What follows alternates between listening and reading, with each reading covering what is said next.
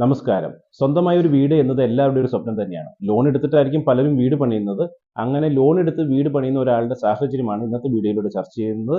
This is Jiju Abraham. You are watching my channel Fortune with Jiju.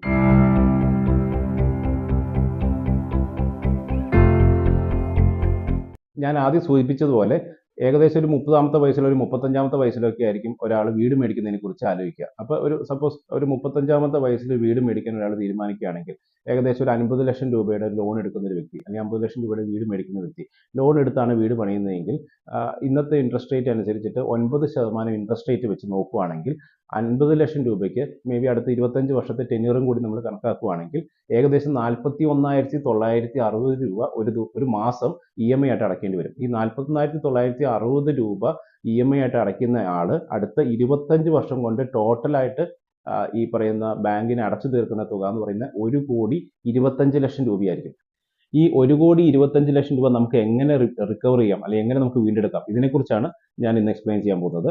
Actually ഇതിന് പാരലായിട്ട് ഇദ്ദേഹം ഈ 41,960 രൂപ EMI ആയിട്ട് അടയ്ക്കുമ്പോൾ പാരലായിട്ട് അഡീഷണൽ ആയിട്ട് ഒരു ഇൻവെസ്റ്റ്മെന്റ് മേ ബി ഒരു 4,500 രൂപ ഒരു ഇൻവെസ്റ്റ്മെന്റ് പാരലായിട്ട് ചെയ്യുകയാണെങ്കിൽ അതിനൊരു 15% റിട്ടേൺസ് എക്സ്പെക്ട് ചെയ്യുകയാണെങ്കിൽ ഈ 25 വർഷം കൊണ്ട് ഇദ്ദേഹത്തിന് നമ്മൾ ഈ ലോണായിട്ട് അടച്ചു തീർത്ത 1,25 ലക്ഷം രൂപ തിരിച്ചെടുക്കാൻ പറ്റും. അതായത് 15% റിട്ടേൺസ് കിട്ടുന്ന ഏതെങ്കിലും type of investment, may be ഒരു മ്യൂച്വൽ ഫണ്ട് SIP ആവാം. മിക്കവാറും ഇപ്പോഴത്തെ SIP കഴിഞ്ഞ കുറേ നാളത്തെ ഹിസ്റ്ററി നോക്കുകയാണെങ്കിൽ 15% മേലേക്ക് റിട്ടേൺസ് കിട്ടിയിട്ടുണ്ട്. ഒരു 15% റിട്ടേൺസ് കിട്ടും എന്നുള്ള എക്സ്പെക്ടേഷൻ നമ്മൾ വെച്ചാൽ തന്നെ ഈ ഒരു 4,500 രൂപ ഈ ലോൺ അടയ്ക്കുന്നതോടൊപ്പം തന്നെ ഒരു 4,500 രൂപയുടെ എന്തെങ്കിലും ഒരു ഇക്വിറ്റി മ്യൂച്വൽ ഫണ്ട് SIP അല്ലെങ്കിൽ ഡൈവേഴ്സിഫൈഡ് മ്യൂച്വൽ ഫണ്ട്സോ അങ്ങനെ എന്തെങ്കിലും ചെയ്യുവാണെങ്കിൽ ഇദ്ദേഹത്തിന് ഈ 25 വർഷത്തെ കാലഘട്ടം കൊണ്ട് ഈ ലോൺ അടച്ചു തീർക്കുന്ന കാലഘട്ടം കൊണ്ട് ആ ലോണിലോട്ട് അടച്ചു തീർത്ത അതേ എമൗണ്ട് ഇദ്ദേഹത്തിന് അസറ്റ് ക്രിയേറ്റ് ചെയ്യാൻ സാധിക്കും.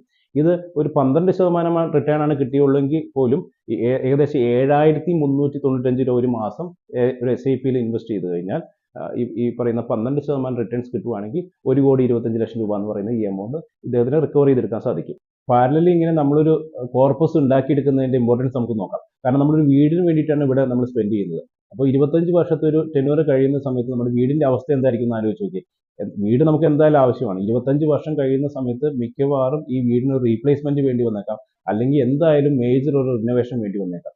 അപ്പോൾ നമ്മൾ ഇങ്ങനെ ഉണ്ടാക്കിയെടുക്കുന്ന ഈ കോർപ്പസ് നമ്മുടെ വീടിന്റെ റീപ്ലേസ്മെന്റിന് വേണ്ടിയിട്ടോ അല്ലെങ്കിൽ വീടിന്റെ റിനോവേഷന് വേണ്ടിയിട്ട് നമുക്ക് ഉപയോഗിക്കാം. ഇതൊന്നും വേണ്ടി വന്നില്ലെങ്കിൽ നമ്മുടെ റിട്ടയർമെന്റ് കോർപ്പസ്, കാരണം 35-ാമത്തെ വയസ്സിൽ ഒരു ലോൺ എടുക്കുന്ന ഒരാൾ 25 വർഷം കഴിയുന്ന ഒരു അവസ്ഥയിൽ അദ്ദേഹത്തിന്റെ 60 വയസ്സായിട്ടുണ്ടാവും, അദ്ദേഹത്തിന്റെ ജോലി നഷ്ടപ്പെട്ടിട്ടുണ്ടാവും. അപ്പൊ ഇദ്ദേഹത്തിന് പിന്നീടുള്ള പോസ്റ്റ് റിട്ടയർമെന്റ് ലൈഫിന് റിട്ടയർമെന്റ് കോർപ്പസ് ആയിട്ടും നമുക്ക് ഈ പറയുന്ന ഇൻവെസ്റ്റ്മെന്റിന് അല്ലെങ്കിൽ ഈ സേവിങ്സിന് നമുക്ക് ഉപയോഗിക്കാൻ സാധിക്കും. ഇതുമായിട്ട് ബന്ധപ്പെട്ട് നിങ്ങൾക്ക് എന്തെങ്കിലും സംശയം ഉണ്ടെങ്കിൽ നിങ്ങൾ എൻ്റെ ടീമായിട്ട് കോൺടാക്ട് ചെയ്യുക. Thank you.